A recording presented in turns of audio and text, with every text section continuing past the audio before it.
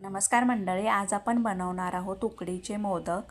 मोदक बनवण्यासाठी कढईमध्ये तूप घालायचे. तूप गरम झाल्यानंतर त्याच्यात काजू बदाम घालून भाजून घ्यायचं आहे व त्याच्यामध्ये ओल्या खोबऱ्याचा किस घालायचा आहे व आरतू परतून असा भाजून घ्यायचा आहे. त्याच्यामध्ये वेलची घालायची आहे, किसलेला गूळ घालून आरतून परतून असं सारण करून घ्यायचं आहे. सारण झाल्यानंतर भांडं ठेवायचं आहे, ते थोडं मीठ घालायचं आहे, तूप घालायचं आहे, दूध घालून घ्यायचं आहे व पाणी उकळल्यानंतर त्याच्यात तांदळाचं पीठ घालून भागवट बनवून घ्यायचं आहे व भागवट बनवून झाल्यानंतर ते 10 मिनटं थंड व्हायला ठेवायचं आहे.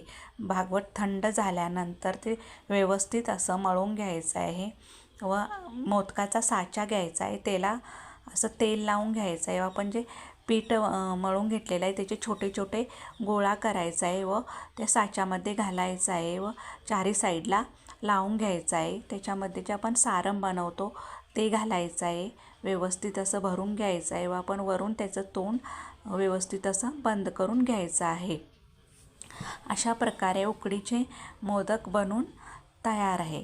पूर्ण पिठाचे सगळे असे मोदक बनवून घ्यायचे आहेत व मोदक बनवून झाल्यानंतर गॅसवरती भांडं ठेवायचं आहे. त्याच्यात पाणी घालून उकळी आल्यानंतर जे आपण मोदक बनवतो ते ठेवायचे आहेत व 10 मिनटं उकडायला ठेवायचे आहेत. अशा प्रकारे तांदळाचे उकडीचे मोदक बनून तयार आहेत. धन्यवाद.